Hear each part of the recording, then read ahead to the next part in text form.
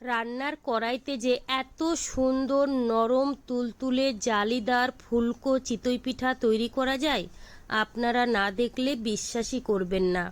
বন্ধুরা, 100% গ্যারান্টি, যারা প্রথমবার পিঠা তৈরি করবেন তারাও কিন্তু বানিয়ে নিতে পারবেন।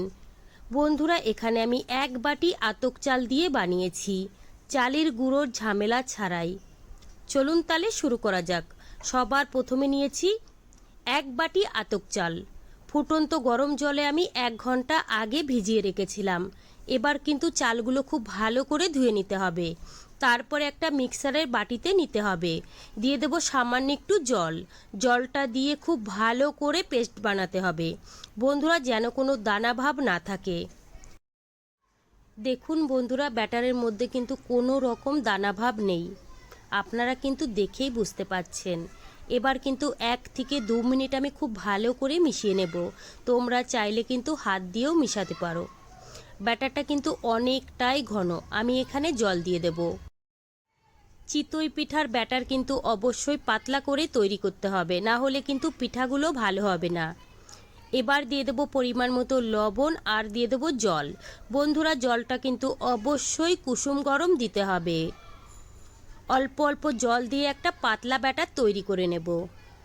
আমি যেভাবে পাতলা ব্যাটার তৈরি করেছি তোমরাও কিন্তু এইভাবেই পাতলা করে তৈরি করে নেবে, তাহলে দেখবে পিঠাগুলো খুব সুন্দর হবে।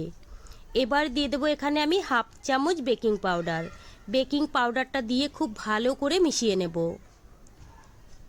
এইদিকে কিন্তু গ্যাসে একটা কড়াই বসিয়ে দিয়েছি, কড়াইটা গরম হয়ে গেছে। এবার লাগিয়ে দেবো একটু তেল আর জল। এবার কিন্তু ব্যাটার দিয়ে দিতে হবে। ব্যাটারটা দিয়ে আমি মিডিয়াম গ্যাসে 2 থেকে 2.5 মিনিট ঢেকে রাখবো। বন্ধুরা, 2 থেকে 2.5 মিনিটেই কিন্তু পিঠাটা একদম রেডি হয়ে যাবে। প্রথম পিঠাটাই কিন্তু খুব সুন্দরভাবে রেডি হয়েছে, সেটা কিন্তু আপনারা দেখেই বুঝতে পাচ্ছেন। আবারও কিন্তু আমি কড়াইয়ে তেল লাগিয়ে নিয়েছি। তেলটা লাগানোর পরে এখানে আমি ব্যাটার দিয়ে দিলাম।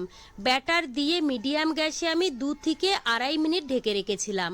তারপরে কিন্তু ঢাকনাটা তুলে নিয়েছি। দেখুন পিঠাগুলো কতটা সুন্দরভাবে রেডি হচ্ছে। বন্ধুরা, একে একে সবগুলো পিঠা আমি একই রকমভাবে বানিয়ে নেব।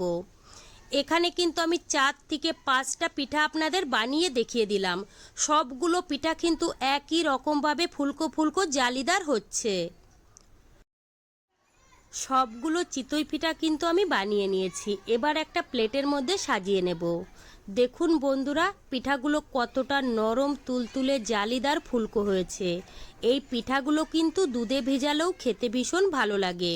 যে কোনো ভর্তার সঙ্গেও আপনারা খেতে পারবেন, না হলে কিন্তু কষা কষা মাংসের সঙ্গেও ভীষণ ভালো লাগে। এবার একটা পিঠা আমি ভেঙেও দেখিয়ে দেব। তো বন্ধুরা, আমার রেসিপি কেমন লেগেছে কমেন্ট করে জানাবেন। ভালো লাগলে প্লিজ আমাকে সাপোর্ট করবেন। বাড়িতে বানালে কমেন্টে জানাতে ভুলবেন না খেয়ে আপনাদের কেমন লেগেছে।